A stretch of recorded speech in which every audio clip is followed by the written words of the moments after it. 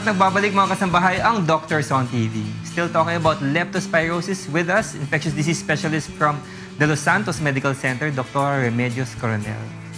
We were talking about yung mga rescue teams natin, Doktora. Minsan siniswimming nila yung baha. Oo. What if, Doktora, ma-ingest nila yung tubig na yun? Can that possibly infect the person? Oo, pwede. Pero it will pass through your mucous membranes. Kasi ito, mucous membranes, itong mga buccal mucosa, pwede. Kasi kung wala namang sugat sa loob, sa mucous membrane naman siya papasok. Pwede mong bigyan ng prophylaxis. Saka sabi ni Doktora, sa mata. So, ibig sabihin, kung pumasok sa mata mo, pwede kang ma-infect din. So, kung mag-swimming ka talaga. Oo, ingat pala mga kasangbahay sa ngayong tagulan na. Oo, delikado. Pero with bites, Doktora, nakahawa ba siya? Rat bites? Hindi. So, rat bites, Hindi. So, exclusively ihi. Contact with, direct or indirect contact with urine of contaminated. Is leptospirosis a treatable disease, Doktora? Yes, of course. Okay. Oo naman. So, Kaya how do we lang, treat? kuminsan kasi, late consultation. Okay. Kaya yun nga. May mga complications na ho. In fact, nung resident ako, that was in 1960s. Nako, nireveal niyo talaga.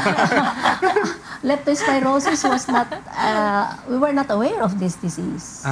Okay. But then there was a lady who was within the UP Institute of Hygiene.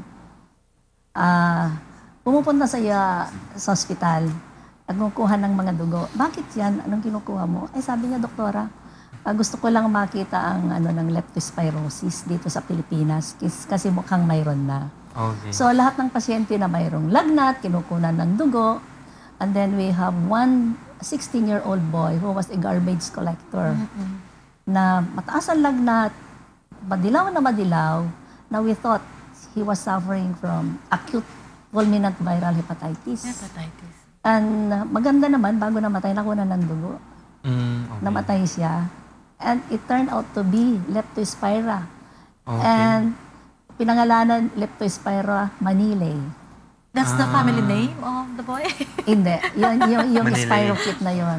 Yung microbiome na yun. Na na-isolate doon sa bata. Oo, kasi siya ang first na documented case of leptospirosis here in Manila, in the Philippines. Kaya kasama yan sa zero bars, Leptospira manilae. Meron pa ba ngayon, Doktora, na strain na ganun?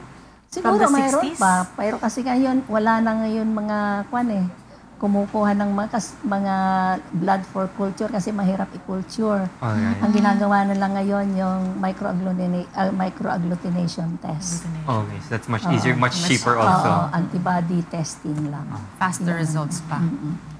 So we can treat leptospirosis with antibiotics. Pero pag may complications, halimbawa nag-kidney failure na, dialysis. kailangan mo dialysis. Permanent bang dialysis?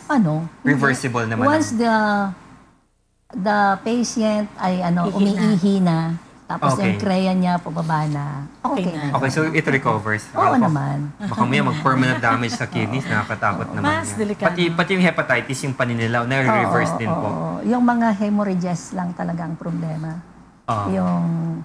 Kaya pag mayroon ka ng lagnat, may naninilaw ka na, may renal complication, nag-bleed ka na, tawag dyan, Doc, ay Wales disease or Weil's disease. W-E-I-L.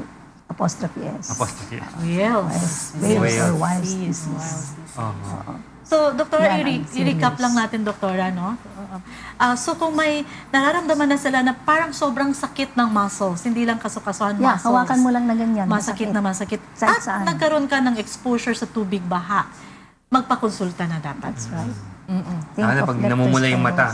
Pag namumula yung mata. Nawalang muta. Nawalang muta, meaning hindi naman infected. Hindi, kasi yung mga blood vessels, yun ang galit na galit. Engorged na engorged. engorged. That's right. Huwag na nilang hintayin yung Kasi sa amin po, Doktora, 2 years ago, nagkaroon ng outbreak kasi I'm from Olongapo City. Ang daming namatay kasi bihira sa amin na ganyan but bumaha for the first time.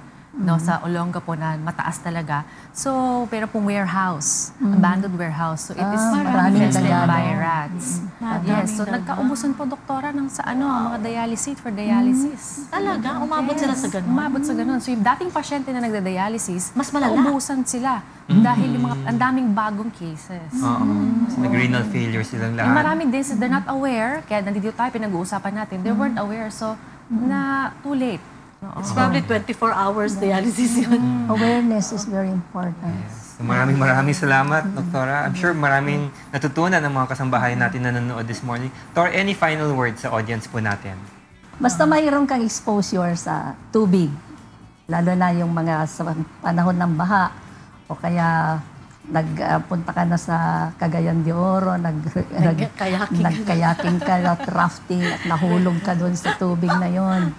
At mayroon kang sugat sa katawan.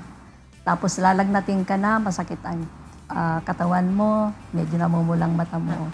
Think of leptospirosis. Kasi number one, without exposure, medyo mahirap mong isipin na yon ang sakit. Lepto. Yeah. Oo. Thank you very And so, with that, you have to consult your doctor. Yes. Thank you very much, Doktor. Doktor, where can our audience find you in case they want to seek consult with you po?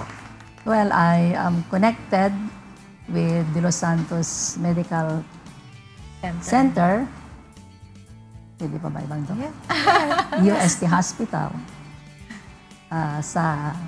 Alam niyo naman sa UST Hospital, room 529. Okay. Sa De Los Santos, room 507. Alright. So, maraming salamat po. Doktor, last na, anyone you want to greet po? Na nandito ngayon sa... Well, of course, my ever supportive husband. Yay! Me too.